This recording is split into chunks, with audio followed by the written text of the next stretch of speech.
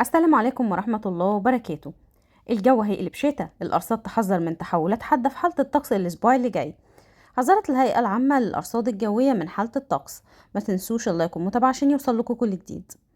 حذرت الهيئة العامة للأرصاد الجوية من حالة الطقس ابتداء من الأسبوع المقبل. من المتوقع أن تشهد البلاد حالة من عدم الاستقرار والتقلبات الجوية.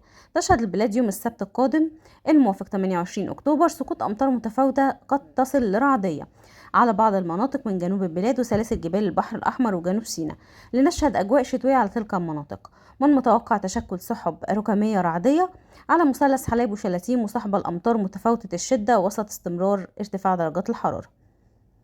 شدت الإرصاد الجوية في بيان ليها على ضرورة اتخاذ كافة الاستعدادات والإجراءات والتدابير اللازمة لمواجهة الآثار الناجمة على الظواهر الجوية المتوقعة.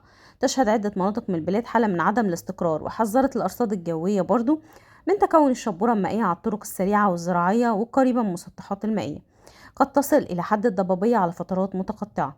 شددت الأرصاد الجوية على قائدي السيارات بتخفيض السرعة عند القيادة وتشغيل الكشافات الأمامية واستخدام كلاكس السيارة على فترات حتى يشعر الغير بوجودهم والتوقف عن القيادة عند انعدام الرؤية وركن السيارة بشكل آمن بعيد عن الطريق. بشأن بقى حالة الطقس اليوم الجمعة، طقس مائل للحرارة نهارا على القاهرة الكبرى والوجه البحري والسواحل الشمالية، حار على جنوب سيناء وشمال الصعيد، شديد الحرارة على جنوب الصعيد، لطيف في أول الليل، مائل للبرودة في آخره على شمال البلاد حتى شمال الصعيد. من المتوقع أيضا تكون شبورة مائية كثيفة صباحا على بعض الطرق الزراعية والسريعة وقاية المسطحات المائية.